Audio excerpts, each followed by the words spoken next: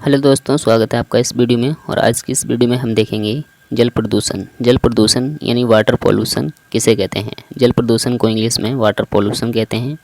और हम समझेंगे कि जल प्रदूषण किसे कहते हैं, जल प्रदूषण क्या होता है और क्यों होता है, इसके कारण देखेंगे और इसके उपाय भी देखेंगे। मतलब जल प्रदूषण को हम किस तरह से रोक सकते हैं या कम कर सकते हैं।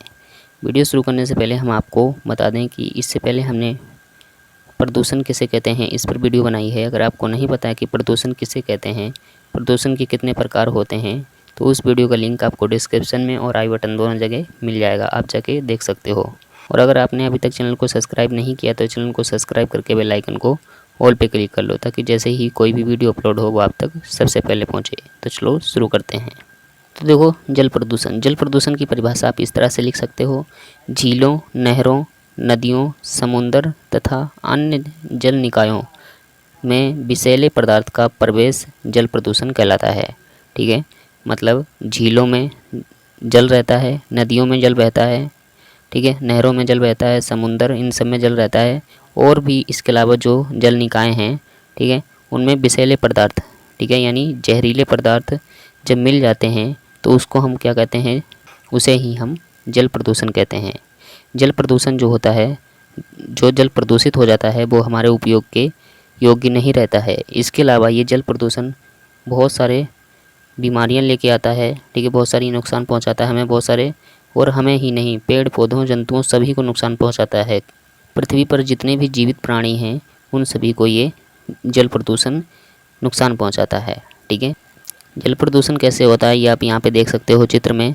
ये देखो, नालियों से कितना गंदा पानी आ रहा है, वही पता नहीं कहाँ से आ रहा है, और देखो नदी में मिल रहा है। ठीक है, नदी का पानी साफ़ होगा और ये जो पानी, गंदा पानी आ रहा है, ये नदी के पानी में मिलके क्या होगा, गंदा कर देगा, इसे भी गंदा कर देगा। मतलब ये जो नदी का पानी आ रहा है ये इसे गंदा कर रहा है, यानी प्रदूषित कर रहा है। अब ये पानी जब इस नदी के पानी में मिलेगा तो ये किसी के उपयोग के योग्य नहीं बचेगा। मतलब इसका कोई भी इस्तेमाल अगर करेगा तो उसे नुकसान ही होगा। ठीक है, इसी तरह यहाँ पे चित्र में दिखाया गया है। ये देखो किस तरह से फैक्ट्रियों से केमिकल निकल रहे हैं और ये जल को दूषित कर रहे हैं, यानी जल को ख़राब कर रहे हैं। अब इसका इस्तेमाल हम नहीं कर सकते। ठीक है, इसी तरह यहाँ पे आपको दिया है, ये देखो कचरा, किस तरह से कचरा नदी में या पानी में, तालाब में फेंका जा रहा है। इससे क्या हो रहा है, ये जल प्रदूषित हो रहा है। ये कचरा जो है या तो ये पानी के नीचे चला जाएगा या पानी के ऊपर तैरेगा, किसी भी तरह रहे, पर ये जल को दूषित ही करेगा। ठीक है, मतलब जल को ख़राब कर देगा।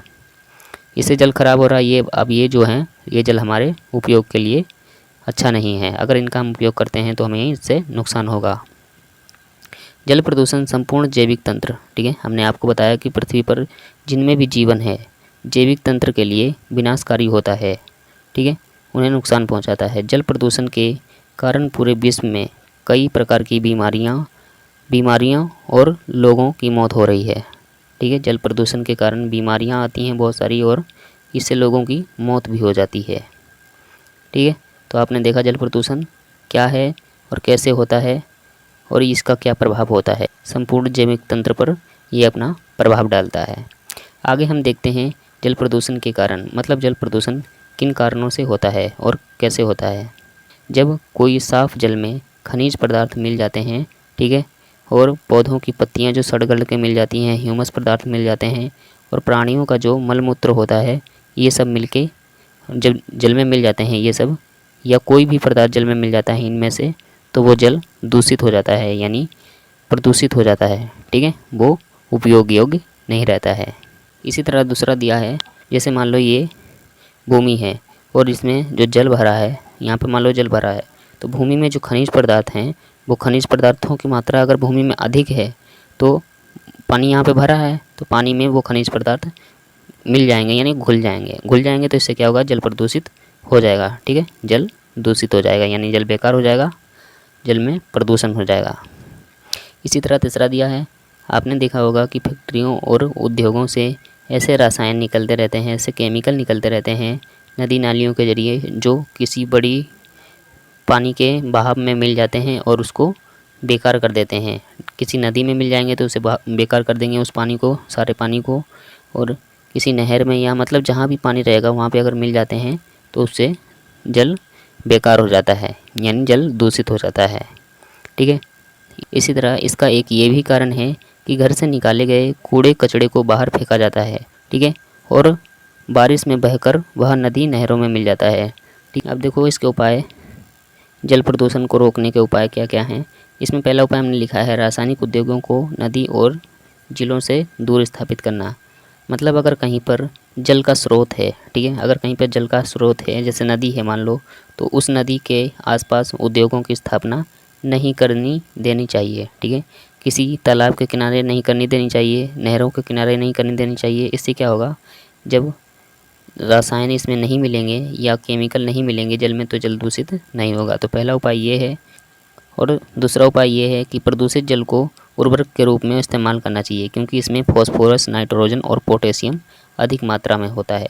मतलब मान लो कि जल प्रदूषित हो गया, और जो जल प्रदूषित हो गया उसको हमें पीने के योग्य में या अपने इस्तेमाल में नहीं लाना चाहिए। उसके लिए हमें क्या करना चाहिए, उसको हमें उर्वरक के रूप में इस्तेमाल करना चाहिए, ठीक है। उसको हम सिंचाई के रूप में इस्तेमाल कर सकते हैं। और इससे क्या फ़ायदा होगा, क्योंकि इसमें फॉस्फोरस होता है, नाइट्रोजन होता है, पोटेशियम होता है, जो कि उर्वरक को मिट्टी को उर्वरक बनाने के लिए अच्छा होता है, ठीक है। इसी तरह तीसरा लिखा है घर का कूड़ा कचरा नदी नालियों में नहीं फेंकना चाहिए। चौथा है रासायनिक उद्योगों में इस्तेमाल जल का प्रयोग सिंचाई में करना चाहिए, ठीक है, जैसा कि हमने अभी ऊपर बताया आपको। फिर गड्ढे खोदकर उसमें भरना चाहिए। रासायनिक उद्योगों में जो इस्तेमाल हो गया है जल एक बार, उसका प्रयोग हमें सिंचाई में लाना चाहिए। अगर सिंचाई में हम नहीं ला पा रहे हैं या नहीं ला सकते हैं, तो उसे गड्ढे खोदकर गड्ढे में भर देना चाहिए, ठीक है। इस तरह भी हम जल प्रदूषण को रोक सकते हैं। और अगला है कि समाज के लोगों को जल प्रदूषण के कारण और प्रभाव के बारे में बताना चाहिए, ठीक है, अर्थात उन्हें जागरूक करना चाहिए, जागरूकता होनी चाहिए उनके अंदर। उन्हें पता होना चाहिए कि इनके कारण क्या हैं जल प्रदूषण के, कि जल प्रदूषण क्यों होता है और इसके क्या क्या नुकसान और क्या क्या फ़ायदे हैं। फ़ायदे तो कुछ हैं ही नहीं, नुकसान ही नुकसान है, तो उनको उस नुकसान के बारे में बताना चाहिए, ठीक है। तो इससे क्या होगा, समाज के सभी लोग मिलकर थोड़ा थोड़ा कदम उठाएंगे और जल प्रदूषण को रोक लेंगे, ठीक है। तो ये थे इसके कुछ उपाय, और बस यही था आज की वीडियो में। अगर आपको वीडियो पसंद आई तो प्लीज़ वीडियो को लाइक करें, शेयर करें, चैनल को सब्सक्राइब करके बेल आइकन को ऑल पे क्लिक कर लें। धन्यवाद।